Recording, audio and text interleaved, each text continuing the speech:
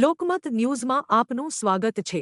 વડોદરા શહેરમાં ખાદ્ય પદાર્થોની ગુણવત્તા અંગે ચિંતાજનક ઘટના સામે આવી છે। શહેરના લા પિનો પિઝા આઉટલેટમાં બર્ગરમાં પ્લાસ્ટિકનો ટુકડો નીકળ્યાનો મામલો પ્રકાશમાં આવ્યો છે, જેને લઈને ગ્રાહકોમાં ભારે રોષ ફેલાયો છે। મળતી માહિતી મુજબ ગ્રાહક બર્ગર ખાતા હતા ત્યારે તેમને તેમાં પ્લાસ્ટિકનો ટુકડો મળ્યો હતો। ઘટનાનો વિડીયો સોશિયલ મીડિયા પર વાયરલ થતા મામલો ગંભીર બન્યો હતો। ગ્રાહકે સત્તાવાર રીતે ફરિયાદ નોંધાવતા પાલિકાના સેનેટરી વિભાગ અને ફૂડ વિભાગ દ્વારા સંયુક્ત તપાસ હાથ ધરવામાં આવી હતી। તપાસ દરમિયાન ફરિયાદ સાચી ઠરતા ફૂડ સેફ્ટી નિયમોના ભંગ બદલ આઉટલેટ સામે કાર્યવાહી કરવામાં આવી અને ₹10,000 નો દંડ ફટકારાયો છે। અધિકારીઓએ જણાવ્યું છે કે જાહેર આરોગ્ય સાથે કોઈ સમાધાન નહીં કરવામાં આવે અને શહેરમાં ફૂડ ક્વોલિટી અંગે સતત મોનિટરિંગ રાખવામાં આવશે।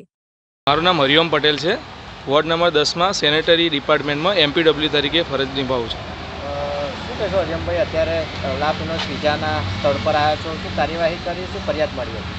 અમને કાલે અમારા સિનિયર સાહેબ દ્વારા જે ફરિયાદ આપવામાં આવી હતી એના ભાગરૂપે અમારા ડિપાર્ટમેન્ટ દ્વારા ફૂડના જે અધિકારી છે એમના જોડે સંકલન કરી આજે ફૂડની ટીમ આવી, એમની સાથે અમે ચેકિંગ કર્યું અને ચેકિંગ કર્યા પછી જે ફરિયાદ આવી હતી એ ફરિયાદના ભાગરૂપે અમે એક્શનના ભાગરૂપે અમે 10,000ની પેનલ્ટી વસૂલ કરવામાં આવી છે અને એમના જોડે અમે ઇન્સ્યોરન્સ લીધું છે કે બીજી વખતે આ પ્રકારની તકલીફ ના થાય અને જે પ્રકારની એમની સુવિધા છે એ સુવિધા જળવાઈ રહે અને પબ્લિકને નુકસાન ના થાય હેલ્થને, એ પ્રકારની કામગીરી એ લોકો કરશે।